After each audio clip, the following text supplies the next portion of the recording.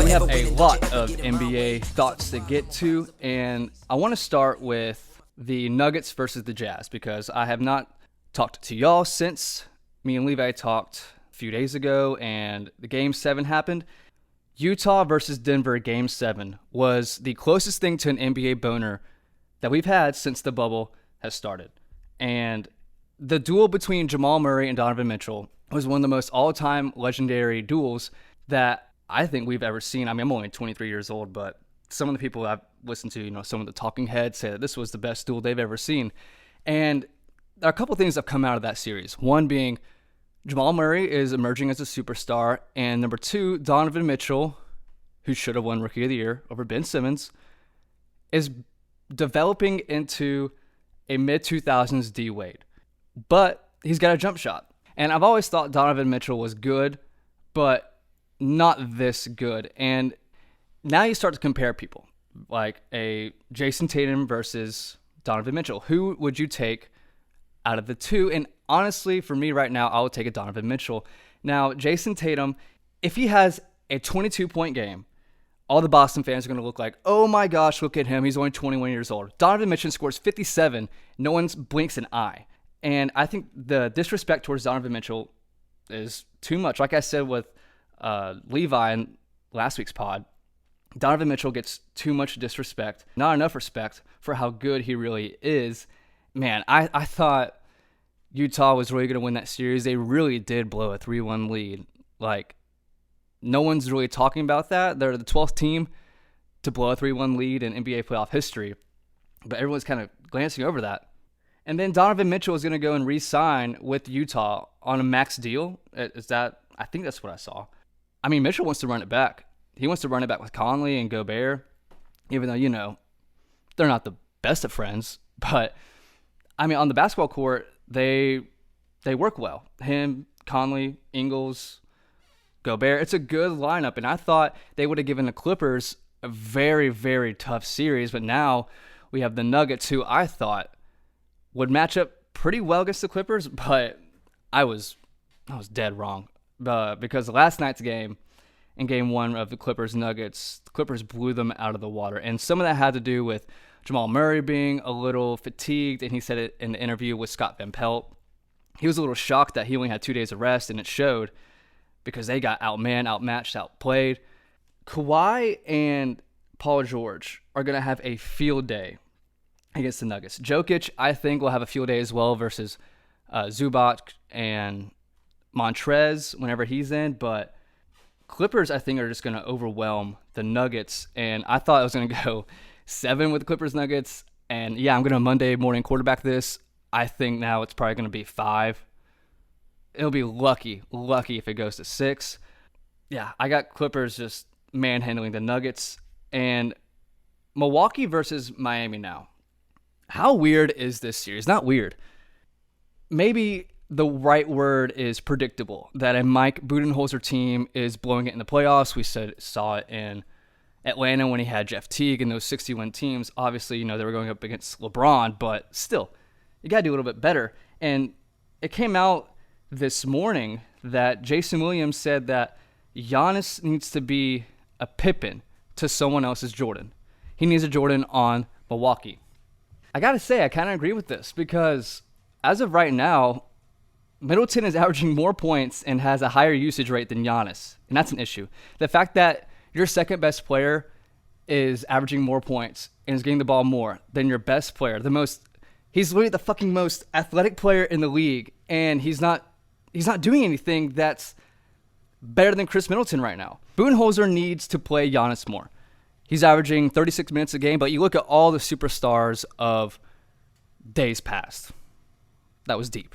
You saw LeBron, Jordan, you've seen all these superstar players play at least AI 42 to 45 minutes a game, and LeBron in that 2018 playoff run, he was practically playing every minute of every game. Budenholzer needs to play Giannis more. He's got to, or else this series, I mean, NBA Twitter called it from a while ago. This NBA Twitter was on this upset from the beginning, and when you see those consistent upsets, you get a little wary of the situation. But right now, they cannot slay the dragon that is Dragic. That man and that dog Jimmy Butler are taking it to the Bucks right now. The Bucks have no answer for either two, and frankly, Miami just thinks that they're better. They're not afraid. They just think that they're better than Milwaukee, and right now it's looking like that, up 2-0 in the series. Milwaukee is in deep, deep trouble, and you know what? If Miami makes the finals, I wouldn't be surprised. That would be a great thing to see. And now I want to talk about OKC versus Houston because I haven't talked about that since the last time.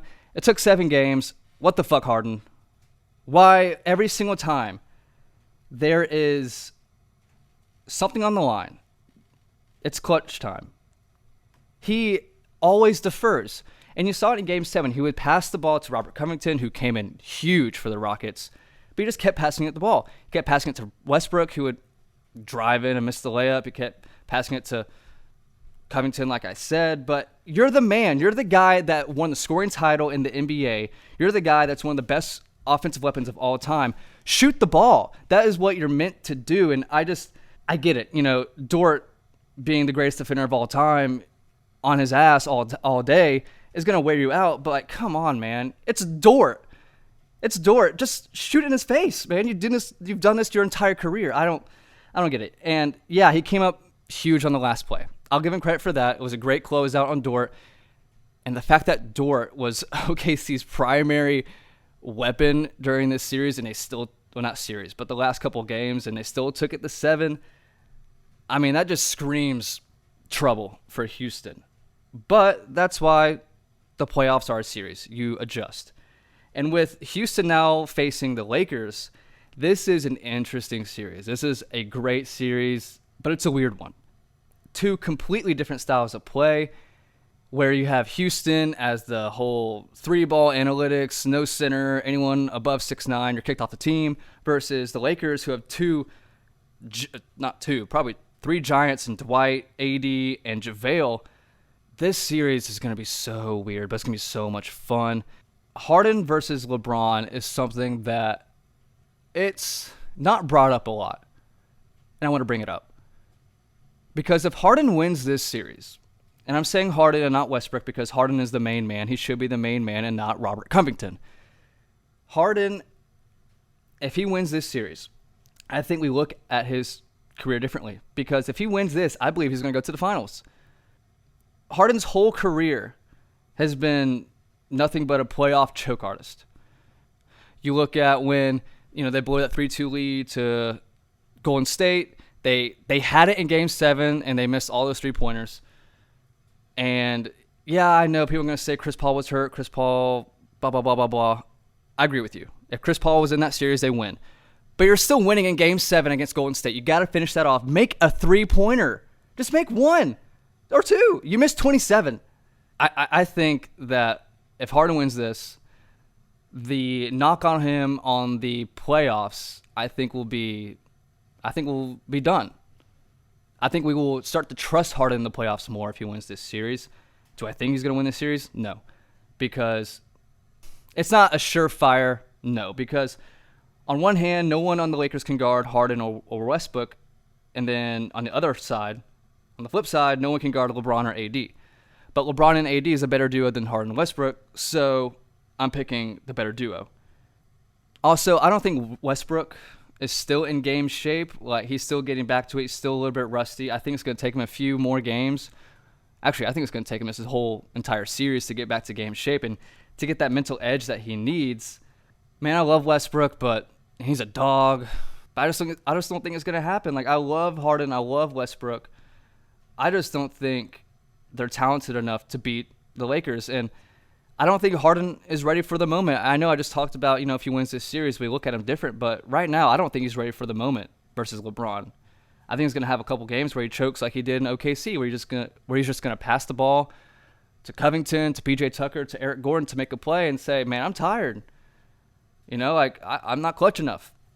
But enough of the Harden slander. Let's move on to Toronto versus Boston. What a shot by Anunoby. I mean, that was Derek Fisher versus the Spurs, like I said earlier. I think I said that earlier. But I picked Toronto to win this series because of the way they played throughout the entire regular season. Yeah, I know they had a 5-month layoff, but I thought they would come back ready to go. But I'm starting to lean towards Boston. Like, Siakam hasn't been himself since the bubble has started, and Boston's wings, I'm going to say it's Kawhi Leonard, Paul George light between Jaylen Brown and Jayson Tatum. What they can develop into, I think, is somewhat like that Kawhi Paul George duo. Now, is he going to be as talented? Are they going to be as talented as Kawhi? It's not a stretch to say that Jayson Tatum can't be. And I know for sure Jaylen Brown could be a Paul George player because every year they improve on something, whether it be scoring or defense, playmaking. They get better every year, and Brad Stevens is going to make sure they get better every year. And what I don't get about this series is that why the hell Nick Nurse is putting Siakam in the fucking post like he is some reincarnation of Karl Malone, like some Stockton to Malone shit. It's stupid. Like, run it through Kyle Lowry, the guy that has been there since day one, the most grit and grind cliche player there is. Run it through him because he's gonna make good decisions most of the time. I think I love Kyle Lowry. I love Siakam. I love Fred VanVleet. I love the entire Raptors roster from top to bottom, the organization. I just think they're doing this entire series wrong. And Toronto is honestly lucky that it's not 3-0. Yeah, they gave themselves a slight chance, but I just don't think they're going to win it. I think Boston is too talented. Defensively, I think they match up too well against the Raptors, and I think we're going to get a Miami-Boston Eastern Conference Finals. Like, I'm Monday morning quarterbacking the shit out of this right now, but I don't really care. What I'm seeing unfold is that these teams of last year that were so good, like Milwaukee and Toronto, maybe they were playing a game against us. They were playing a game this entire time making us think that they were this good, but they were just a regular season team. I don't know. What the fuck do I know? But I do know this. The Lakers are going to win against Houston. Clippers are going to win against Denver. We're going to get that Western Conference Finals matchup that we all dream of. I would love to see a Lakers-Miami Finals now. It's looking like it could be. Who knows? Knock on wood, but that would be something to just look forward to for me at least. So enough about the NBA. I'm so excited to welcome in our guest, Mr. Paul Finebaum. All right, so we got Paul Finebaum on the podcast. Before we start, Paul, I just want to say thank you I know you have a very busy schedule, so thank you for taking time out of your day and joining me. Sam, we're really glad to do it. And congratulations on everything you're going through right now with graduation and moving on. Thank you. So I want to talk about some college football. It seems as though college football is under fire, and it seems like every day there's a player that's saying they're going to opt out or a team that's just going to cancel the season completely. What are your thoughts currently on the landscape of college football at the moment? And plainly, are we just going to get it out all this fall? Yeah, I mean, we are at one of the most critical junctures in the history of college football right now. What should we do? As everyone knows, Division 2, 3, everyone but the big guys are shutting it down, at least until the spring. So college football will have a spotlight here in the next 2 weeks, not only from our world of college football fans, but really from the entire world in general. And I don't know still what they're going to do. I mean, I know everyone's releasing schedules and planning and doing everything you have to, but there is still a lot of doubt. In fact, last night on our program, we had Pete Thamel, great writer for Yahoo. He said he gives it a 20% chance of even starting, 50% chance of finishing. I would be more optimistic than Pete. But there are so many things to overcome, and the biggest concern relates to you and a lot of your friends is that what happens now to the college football bubble when normal everyday students like you and like me many years ago start showing up and college students start hanging out together. That's every educator's nightmare. Yeah. What makes you so optimistic about this season starting? Well, I'll give you a layered answer because the first game is scheduled for August 29th, and there's a chance we'll get to there. And it seems like, let's take the SEC for example. They're not starting until the 26th, and it's almost as if the SEC is saying we are going to wait we're going to sit back and see how it goes. And so I think we'll see some football, but it's virtually impossible to predict much more than that. And it seems right now it's kind of a shaky moment in college football. Do you think that there needs to be some sort of change at the top, some sort of leader and uniformity with college football? Yes. I mean, there is no leader. Mark Emmerich is the head of the NCAA, but he really doesn't control the football structure. What I mean by that is, the NCAA governs how many hours a week you can practice and whether you can, transfer, but they do not control the most important and lucrative prize in all of college football, and that's the $1 billion college football playoff. So whatever he says is fine, but ultimately the five commissioners of the Power Five control everything, and they tried to make us believe back in March and April and May that they were working collaboratively every single day on Zoom calls. Well, guess what? They all have gone their own way.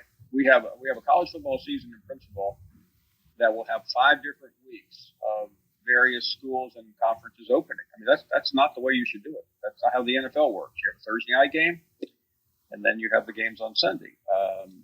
It's chaotic, and it's giving the sport a bad look. And I really don't know where we'll be in a month. And you say it's a bad look. Is there anyone to particularly blame this situation on, or is it just like the chaos of it all? Well, I mean, ultimately, you have five major players in college football, the commissioners of the big schools, the big conferences, the SEC, the ACC, the Big Ten, Big 12, and Pac-12. So ultimately, you have to blame them. I mean, these men needed to find a way to work together, but they all have different constituencies. You and I both know, because we live in the South, that people in the South view COVID differently than people in the Northeast or the great Northwest. And how we got to this point, I don't know, and at this point, I don't care. But it is wreaking havoc with so many aspects of daily life. But in this small world, it's wreaking havoc with college football. It would be great if we all had a common goal here, but we don't. Everyone is just trying to figure out, okay, how many games can we get in? And I don't want to be overly cynical, although I'll probably turn out to be that way. I had the athletic director at Notre Dame on last night, and he said, we're doing this and we're trying so hard to get college football because we need to support all the Olympic sports. I guess I'm supposed to believe that, but the main reason we're having college football is because it makes millions, tens of millions of dollars. It's $1 billion industry. And without it, a lot of athletic departments are going to go under. And do you think that it's now time for the Power Five to separate itself from college football and make its own power conference now? I do, because at least with that way, if you do that, you're not restricted by all of these antiquated rules of the NCAA, such as no student can profit from his or her likeness. I know that is being worked on, but it's being worked on. The NCAA wants it to be uniform, and they want Congress to set the standards, not them. So the only issue is that you still have a lot of other sports that the NCAA governs. Baseball is run by the NCAA. Basketball is run by the NCAA. So is everything else on campus. So, but the Power Five can figure it out. They really don't need the NCAA. And if they were to separate, would they have one specific leader, or would it be 5 different leaders from each conference? That's the problem. I'm not sure these 5 commissioners could come up with a leader among themselves because they have not given a lot of indication that they can. I mean, it will take someone so unique and so respected that everyone looks and says to each other, that person, that man or woman, is the right person to lead. We may reach that point. We are not there yet. I've heard a lot of conversations say that Sankey may be the one for that position. What do you think about that? Well, Greg Sankey is certainly the most powerful person. And that comes with being the commissioner of the SEC. And I don't mean that Greg is a friend of mine. I don't want to, but Sam, if you were named commissioner of the SEC tomorrow, you would be the most powerful person in college athletics. It comes with the territory. It's like I spent some time on the Auburn campus recently, a couple of months ago. Tim Cook, who's a well-known Auburn graduate, who's now the chairman of Apple. He took over somebody that was one of the most famous people in business history, Steve Jobs. But Tim Cook is now that person. He's arguably the most influential CEO in the world because he made Apple into an even more successful company than they used to be. But ultimately, that will get worked out.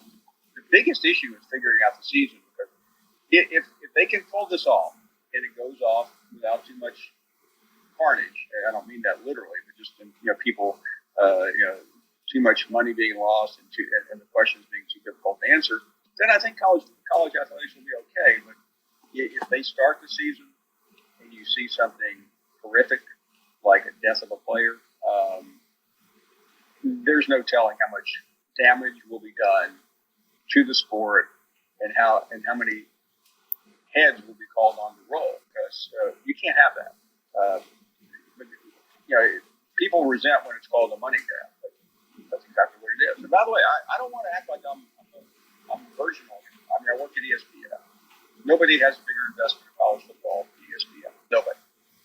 Now, if there were a season, I believe personally that games will matter more, just because, you have less games to play and viewership may go up. Do you think that that's the case if we do have a season?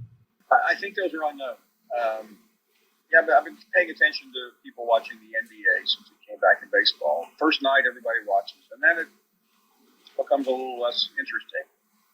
I am a sports fan like you, but I still am struggling to watch these events without fans. And I was watching something the other night, and they had the Kick Six on from 2013. What made that so great? Okay, first of all, Nick Saban asked for a second back on the clock. Turned out to be the worst decision of his life. Then Davis runs the ball back 109 yards. But as you're watching him run, you're watching the players, but you're also seeing the fans. And that guy in the pink button-down Oxford shirt, that Alabama fan who you've seen a million times, just standing there shocked. I mean, that to me was what I remember about it. And as an Auburn fan, you probably remember other things. But the reaction of the fans, I mean, if you're a director in the booth for CBS, I mean, nobody was talking after that. All you saw was shots of ecstatic Auburn fans and downtrodden Alabama fans. Without that, is the sport going to be as interesting? These are questions none of us know. Well, for me personally, watching the NBA, I think they've done a great job with the way the games are played, the way the bubble is set up. Do you think that there needs to be some sort of bubble within college football? That I know people my age maybe won't follow the bubble rules, but do you think there may be a bubble within college football? Well, I think they tried it to a degree. At a couple of places, Notre Dame has had great success with it. The Naval Academies, but those are highly disciplined schools. I don't think it would work at Auburn or Alabama or Georgia. I just don't. I think, and I don't want to act like, man, there's some guy, who's been around forever. I went to college, and I know how irresponsible I was at 18. I mean, I was. I was irresponsible much later than when I graduated college. And it's just asking a lot. And that's why you've seen such high numbers, whether it's Auburn, whether it's Alabama. And, some of these places we don't know. You very well may know. You're not far from that campus, so you may be hearing things. But, I mean, some of the numbers are pretty scary. And I think most of the mistakes are made when people think they can. It's not like there's a template for this disease. You think every one of us has taken a risk. I mean, a couple of people have not come out of their house since March, but most people have, and most people interact. And the majority of the people do it responsibly, but it's tough to be. It's tough to go to a bar and social distance. And so overall, if we did push back football, do you think that it would more likely be in the spring or just wait till next fall? That's a really good question. And I am not in favor of spring football for a lot of reasons. If you end up playing in the spring, that means you're going to be playing everything else in the spring. Right now, the NBA is slated to probably start again in January because the season won't end until October. You can't start the next week, so you'll have the NBA, you'll have baseball going. college basketball, college baseball, and I know we all love college football, but to me, it seems like there's going to be a lot on the plate. On top of that, you're also going to be putting the next season in some jeopardy from a physicality standpoint. If you're an offensive lineman, you weigh 350 pounds, and your season ends in May, do you want to turn right around and start the next season? Literally within a week or two, you have to. You can't just sit around and wait till August. You have to stay in condition. So I think you'll see a lot of injuries. And besides, I just don't think football will be that great. So you would see a lot of players opting out if that were the case, if we were pushed back to spring? Certainly the better. I mean, you're always seeing the better. Every day it seems like there's a first round projected pick who's saying, I'm not good. I mean, Auburn lost a key player this week because he's having a child. I mean, these are things that really do enter into the equation. The majority of football players want to play, but I'm frankly glad to see young people take this seriously. I mean, if I had a child coming in a couple of months and I'm playing football for Auburn, I think the most important thing is to make sure my family's healthy. Now, I want to shift this murky conversation about college football to your life and the world of journalism. And while you were at Tennessee, you didn't want to be a journalist, right? I didn't go there with that intent. I always thought being a lawyer would be cool. I was crazy and young and foolish, and I thought stupid things. But I moved into journalism late in my career there.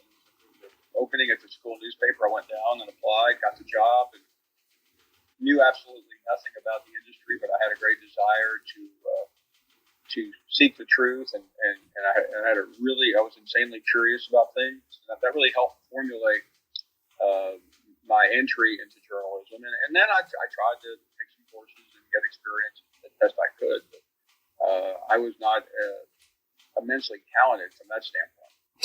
Why lawyer? I think I just grew up in that era where it seemed, I say this jokingly, it seemed like a glamorous profession. And I don't know. It was just something that a lot of my friends were thinking about at the time. And I've always been curious about the law. I think it's a beautiful thing when it's executed correctly. And while I still have interest in that, I clearly I caught the journalism bug. And with journalism, was there a certain moment that you just knew, okay, this is what I want to do for the rest of my life? Well, it really came early on, even at the school paper. I just thought it was the coolest thing in the world to go to practice, to get on the bus or get on a plane. And I mean, just think about it.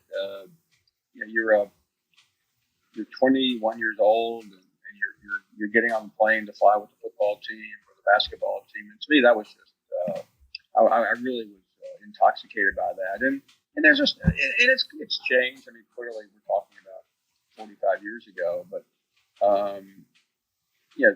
there was a rush to get a story in on deadline, and there was something really romantic about the newspaper industry back then. It's not even recognizable anymore, but I always loved that, and I don't know, it's just the way I was brought up. I never had much tolerance for being lied to or misled, and unfortunately,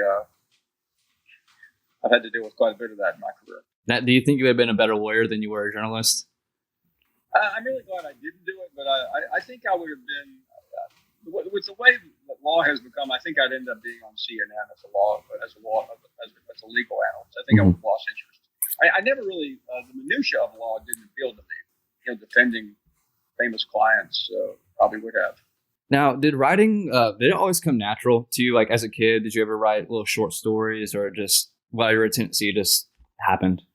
It happened. I never had thought about it one bit. I mean, my friends and I would always have fun, kind of make-believe broadcasting things, but I never, I really wasn't all that great in English.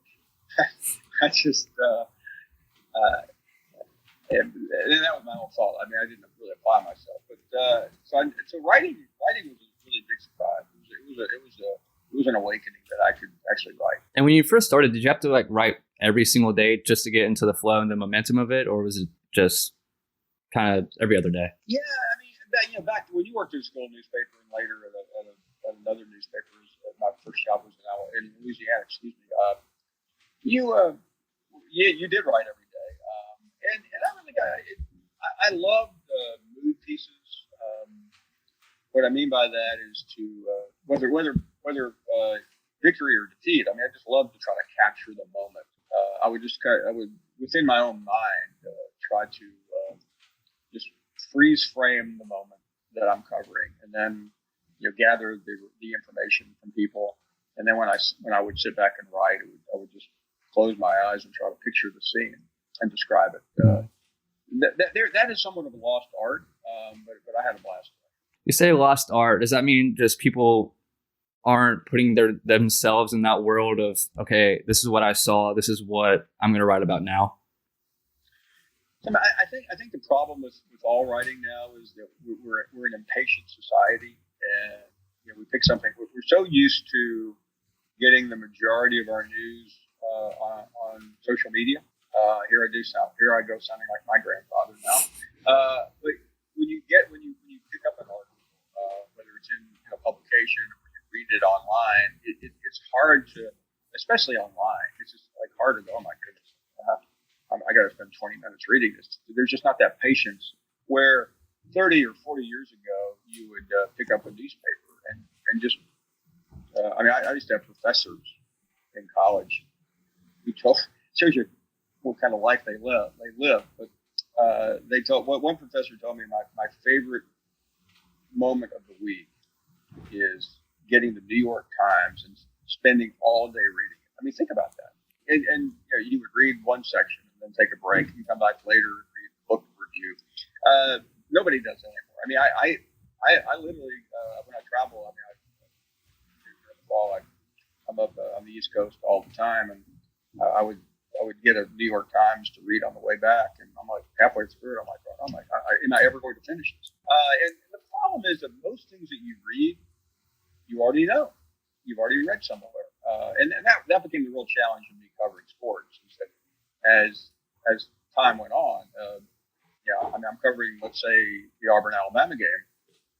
Everyone's already seen it, so you have to find a creative way to make it interesting, and that really led to the next phase of my career, which was being an opinion columnist. So, do I want to read a recap of the game, play-by-play? No, but I might want to, see what somebody thought about how boneheaded that Nick Saban decision was. Exactly. Now, how did you keep that curiosity? You said you had to keep trying to, for like game to game writings. It was kind of just stagnant.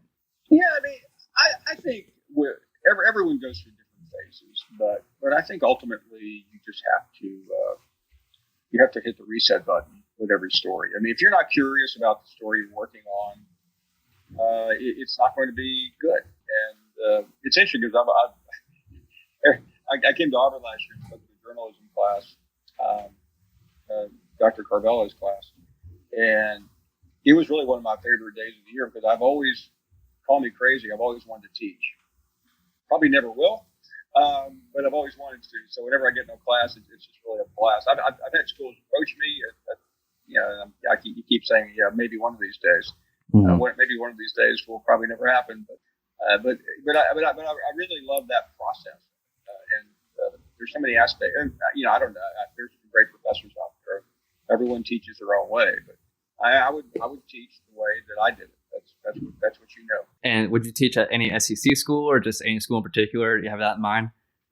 I've spoken to two different SEC schools about it, and I got really far along late in the last couple of years with one school in particular about. I'll go ahead and say it. I mean, we had talked about setting up a sports media symposium. That really interested me, kind of directed and bring in people from around the country. And I think that's really important for young people. But the problem is I'm still doing what I'm doing. And yeah. And I don't really, idealistically, it sounds great to be on a college campus and maybe one day I will, but my career keeps getting in the way of my teaching. Well, I honestly think that'd be a really good idea, because I remember when you came to our class, I just kept thinking, why can we have these opportunities for more media people like yourself to come in and talk to us? Can you say what school was? I can't. And the only reason I can't is that we still haven't gotten there yet, and I'd rather not put them in an awkward position. And it would be difficult. Let me say, in all honesty, it would be impossible to do what I would like to do while I'm doing, because being on the SEC network, you try to be fair, and I'd rather leave that out. Although it could change. The fact that I haven't done it yet, it doesn't mean I won't do it. Yeah, back to what you said about me coming to your class. I think professors are great, and they have a hard job. But I think when you can bring someone in that is currently doing it, is what I'm saying. And that's the problem with teaching. The second I would love to go do it, like whenever we get back to normal society. It would be fun to take a couple of months off and do it. It's just not realistic. So, but it will it may happen one day. I'm still not closing that door. Back to your days at Tennessee when you were a teenager, what was the moment that sparked in your head, that initial kind of rush that said, all right, this is what I'm doing for the rest of my life? I think it was the year, my senior year, Tennessee played at Alabama. And the game was at Legion Field in Birmingham. Mm-hmm. And I just, it was, Neyland Stadium was unbelievably cool. But wow, this was the first road game I covered. And there was just something magical about going into the famous stadium. Of course, it's somewhat of a relic of itself now. And seeing Bear Bryant on the other sideline. And it really, for some reason, that triggered the excitement, and I really wanted. I looked at the time as the guys who covered sports. They were. I said, could there? I really said this. Of course, I was 20 years old. But I said that there cannot be anything better in the world than doing what they're doing. They cover football and basketball, and is there a better life than that? By the way, ESPN had not been invented yet, so it came the next year. Wow. So, but it was pretty cool.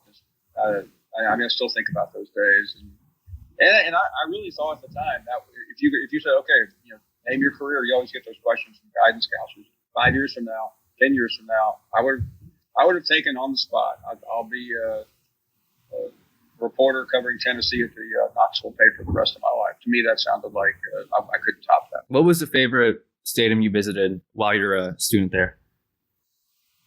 I did. The games were my senior year. We got to Birmingham, Gainesville, I think Kentucky, and maybe one other school. Georgia. I thought Georgia was pretty amazing. I was always smitten by the UGA campus. I know that's not a popular thing to say, but I haven't been to Auburn yet, by the way. So I got to Auburn pretty quickly after that.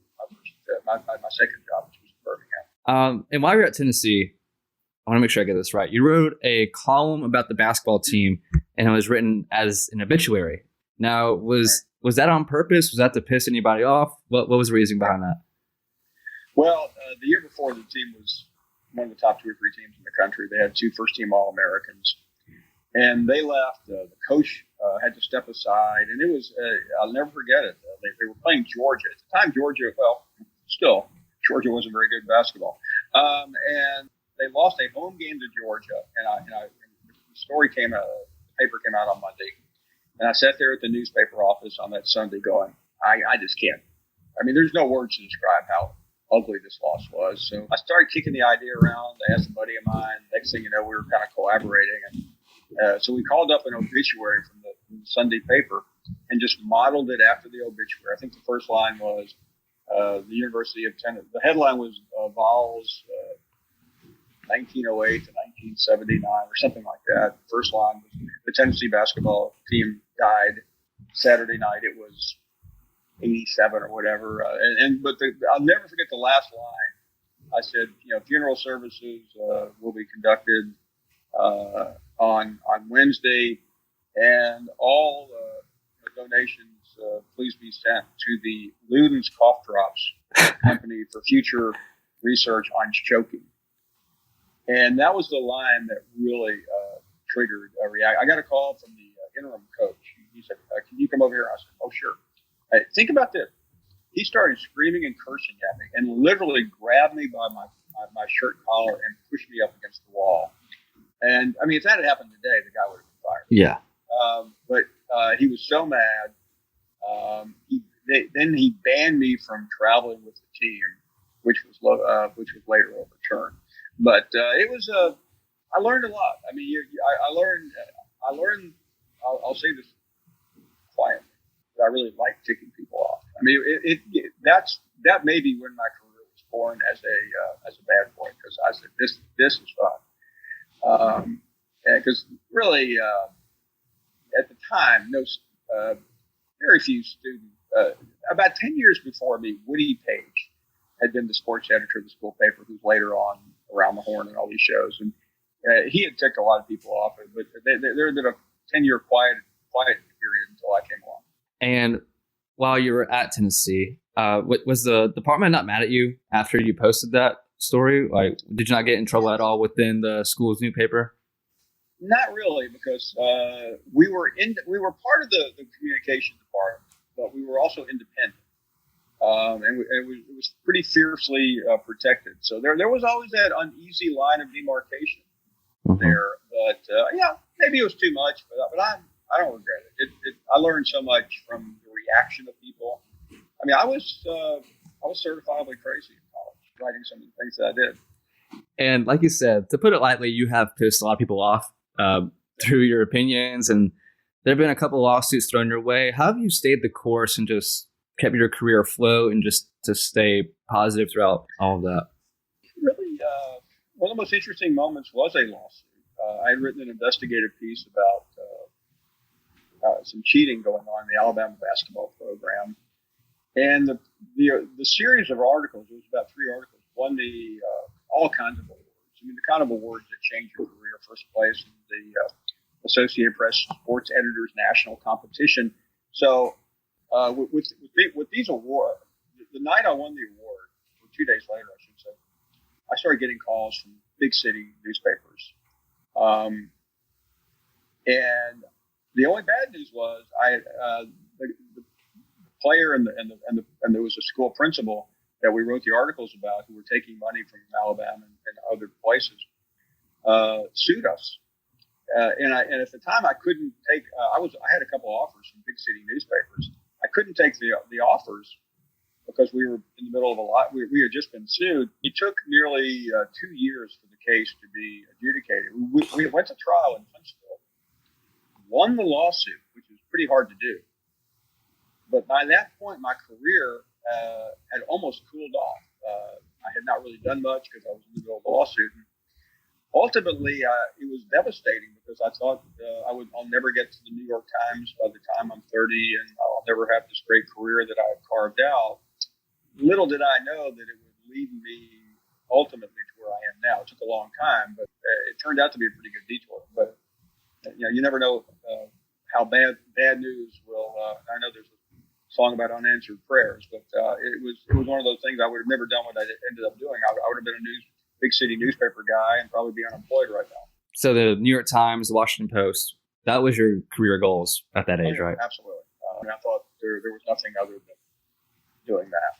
And why have you really gone about the way you've done these things? Like, is it a sense of not caring what people think? Because, I mean, you make your opinion well known and you stand out because of it. Well, I think early on that was, you care more now I care more now than I did. But, there's something about having very little to lose that helped get me. I was not married until I was 34, so I'm not like a 25-year-old guy with a wife and 3 kids who's trying to. I didn't care. I was just fearless. So I wrote all these things, and it really helped me establish myself.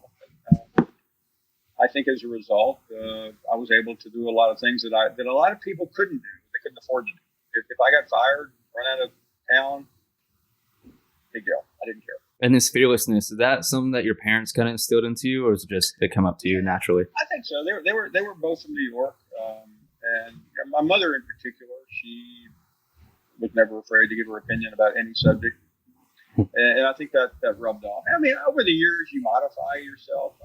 I think people always talk about how I'm controversial now. I mean, I'm not controversial now compared to the way I was. I mean, yeah, maybe I'll take a cheap shot at Jim Harbaugh just for fun, but compared to the way I used to be, I'm pretty much a lamb. Yeah. And throughout college, you grew up with a single parent through college. How difficult was that getting through and graduating, and afterwards, you're trying to find your first job, get on your feet with one single parent? How difficult was that? It was really difficult. I'll never forget my first weekend in Knoxville. I was unloading all my stuff, and you look around, and there are parents and grandparents and brothers and sisters, and it really. My dad had been dead. He died when I was 15. But that was the moment that I looked around and thought, man, you start feeling sorry for yourself. Here I am, woe is me. I'm all by myself. But other than that, I mean, you grow up quickly when you lose your dad. We were very close. But it also, you learn lessons early in your life, and a lot of people go through this, so I certainly wasn't the only one. But I think you grow up. I think more than anything, you grow up overnight. You have to adapt and adjust to a different type of life. And did you say that? How long do you think it took you to grow up and maintain that certain type of life? You said it was overnight, but I'm sure you didn't feel like it was overnight. No, it took a while. You lose something overnight and you start growing up, but I think it took me a long time to really get over it. I don't want to say it's something you never get over, because you do, but I think it took me considerably a long time to finally realize. And I think as you get older, I think when I moved into my 30s, I finally calmed down a little bit. I got married, settled down, and quit trying to change the world with every newspaper column. So now you pretty much have an entire network, and the SEC network, sort of depending you and your show, your national TV, and a public figure. What was it that you finally said to yourself, I'm happy where I am, I don't want to leave, to the point where you said, all right, I've made it? Well, the hardest decision I really had to make, I say it was hard, but when in 2013, my contract was up. I was at the WJOX in Birmingham. We had a really successful show. It was heard nationally on satellite. And this offer came from ESPN to be the face of the SEC network and to be the first person they hired. And yeah, it was that offer you always waited. You wanted. It was tantamount to that New York Times offer when I was 25, but it still meant having to leave where I had lived most of my career, go someplace I'd never really spent any time with, working with but the challenge was leaving what was comfortable. The easy part was going to work for ESPN. My first year at ESPN, the SEC had not started yet. They literally had no. I moved to Charlotte. They had no place to put me, so they ended up using me because there was no network. I was doing my regular show, but there was nothing for me to do on the weekend. The SEC network was still a year off, so they put me on College Game Day every week. And that was. You talk about an eye-opening experience. You go from not sure what you're going to do, and the first weekend of the college football season, I'm at Clemson, sitting on the desk with Kirk Herbstreit and Lee Corso. It was like, oh my goodness. I guess that's the answer to the question. It wasn't like I had made it, but it was one of the most nerve-wracking things I've ever been through in my life. Know that I am about to go on television in front of 2 million people. I've got 30,000 people behind me screaming my name, cursing me. That was my baptism moment. Yeah. So talk about that college football game day, because as a kid growing up, that was always my dream too. Like to be on there next to Kirk and Fowler and Lee Corso. What is that like? What's the day-to-day schedule when you're on the show?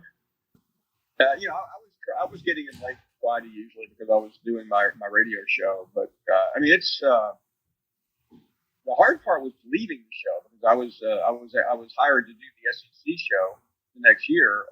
So about midway through, it was going so well, and the producer of the show loved having me on because I was saying all kinds of crazy. And my boss came in from Connecticut, and she said, there were two people, the two people that were going to run the SEC network. They said, "Oh, are you having a good time on game day?" I said, "Yeah." I was like, I went like a 14-year-old high school kid, going to my first concert. They said, "Well, you won't be on it next year. Just don't get too attached." Wow. I'm like, "Oh my goodness." They said, "We hired you to do the SEC show." So I mean, it was kind of bittersweet. I still had about 6 weeks to go. And the last regular season game that we did the SEC and the Rose Bowl and the championship. But my last regular season game day, guess where it was? Auburn, Alabama. November of 2013, 1 versus 5 game, of which I was sitting there with Chris Fowler, and he said, "So what chance do you give Auburn?" I said, "No chance. They have absolutely no chance." Wow. And Barkley came on game day and picked Auburn to win, harassing me. That was the night of the kick six. Is it true that Fowler doesn't use a teleprompter on there when he was? No, he does not. Chris, I've never seen anybody as talented as Chris. Chris could report the death of a player and switch gears to Corso in 5 minutes, and he had. I mean, there would be many Friday nights during game day, and I did the show for a couple of years from remote, where he would call me. I mean, I'll never forget. I was at a sports bar in Athens, Georgia, with a bunch of buddies at 11 o'clock, and Fowler called me and said, "Hey, I got a question for you about your thing tomorrow." I'm like, "What? I mean, don't you ever sleep?" He's incredible. Yeah. This is sort of a broad question, but does the current state of sports journalism make you mad? Because it seems like people are always stepping on each other's toes to break the story first. Like, there's no camaraderie. Does it feel like that at all? Yeah, I mean, I find that part of it to be it doesn't bother me a lot, but I find it to be fairly foolish because if I break a story at 1:37 on a Friday afternoon, 2 minutes later, everybody has the story. I mean, there's a great thrill. There was a great thrill in my career to write a story, and to see it come out the next morning and know that not a single person in America had that story. But now you go, okay, LeBron James twisted his ankle. Woj's reporting. 2 minutes later, 45 other people on Twitter reporting it, and they all do the perfunctory, ESPN reported it. Like, who cares? As a consumer, nobody cares. Not at all. And I try to tell friends, it's great if you have it first, but the most important thing is make sure you get it right. And is there camaraderie in the sports journalism world? Like, are people stepping on each other's toes? I think there's more collegiality among some groups than you think. I think in college football, most of the people are helpful to one another. It gets a little more competitive on the NFL level, in the NBA. But again, if you're at ESPN and if you're Schefter or Woj or Jeff Passan, you're expected to break those stories. I mean, I am not a reporter. I've been on calls before where I'll pass something along that I've heard, and they'll say, "Can you report that?" I'm like, "No, I can't. I'm not. That's not my job. My job is to do a talk show. I've been a reporter, but it's extremely competitive, though. I will tell you that." And when you were a reporter, how did you break news? Like, what was the process of talking to people? Who did you call first? Who did you text first? What was the process? Yeah, I mean, when you got a story, the first person you called was your editor, and then you discussed whether it was able to be reported. I mean, today anything goes. I don't want to sound like a legend saying the standards are different, but they are. It's important to get the story out. Back then, I mean, I spent 3 months working on one story that I wrote. You can't do that anymore. There's no interest and there's no time. So it seems like today there are more sports writers now than ever, but have you seen a decline in the talent of sports writers? No, I think there's a lot of great sports writing. I think the problem now, Sam, is it's just hard to be different. It's hard to differentiate one from the other because they're all coming at you so fast. I mean, what do you? Okay, you wake up in the middle of the night. What do? You check your phone. You wake up in the morning. What do? You read your Twitter feed, your Instagram feed, whatever feed. So you're not really, everybody has favorites, but you're not really appreciating the art as much as maybe it was when I was a young reporter. And when you were a young reporter, you said that you led us some awards that were career changing. What was probably your favorite scoop or the favorite story that you covered while you were a reporter? It was probably the big story that I did where we broke this mammoth story that won me all the awards that almost got me all those jobs that got us sued. Because I mean, it was a defining moment. Probably one of the bigger stories that I broke in the second half of my career. Maybe the middle point of my career was Terry Bowden's firing at Auburn. I got a call that morning from a source. He said Terry Bowden is about to get fired. And I said, well, okay.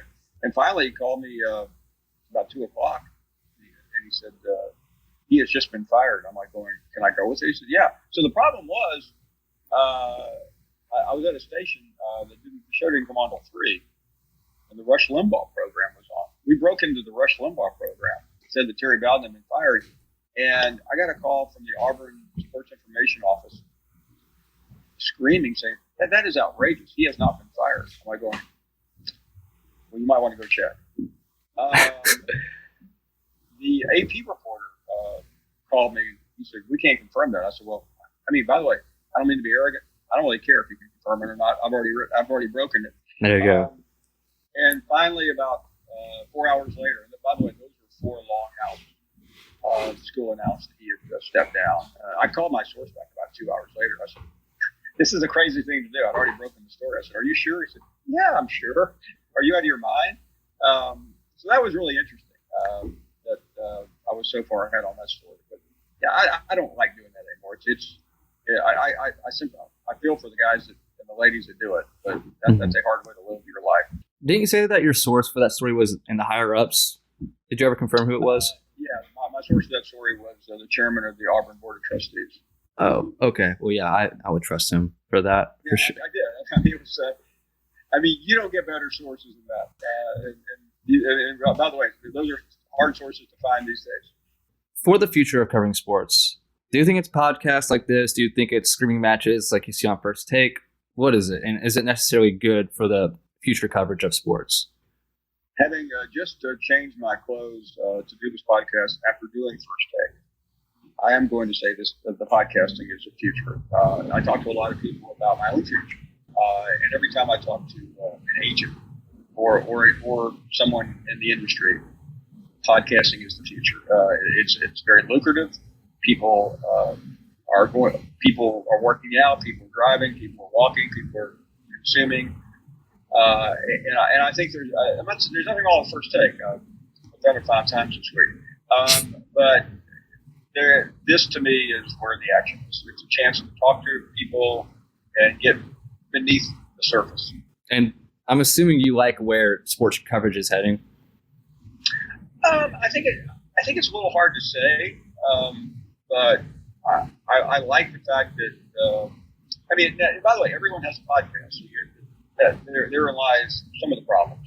They are time consuming, but I also think they're very revealing, and there's no question they are incredibly lucrative. This is a bit of a random question, but I want to talk about Laura Rutledge for a second, because she worked with you on your show for a little bit of time. Can you kind of explain her rise? Because, I mean, her rise to fame kind of just skyrocketed. Did she start off with you as an intern, or was it full time? How did that all start out? Laura was a sideline reporter at ESPN, the SEC, and then she became the reporter on the SEC Nation show. That's how I first met her. And one day, it wasn't me. My producer, John Hayes, came to me and said, what do you think about having her on the show once a week? I'm like, well, I literally shrugged my shoulders. I like, whatever. Yeah. It wasn't anything. It wasn't meant negatively. It was like, okay, I'll try it. And she came on, and I saw something in her. She was just so likable, authentic, and funny. Mhm. So we had her back the next week, and for an entire football season, she literally drove from Atlanta to Charlotte to be on the show. And then the next year, she started hosting SEC Nation, and we started doing it. They added 3 years ago. I think they added an additional hour to our program. That was on ESPN2. They were between shows, and they just literally needed a gap for about 3 months. And she and I hosted that show and became very close friends. And I could see it every day. I had lunch with an ESPN executive before the national championship game, and he looked at me and said, "Thank you for introducing me to Laura Rutledge." I like. I mean, I did really, but he said I had never heard of her until I saw her on your show one day, and it was like an awakening. And obviously, her career is in orbit now. Yeah. Y'all still keep in touch? Y'all still good friends?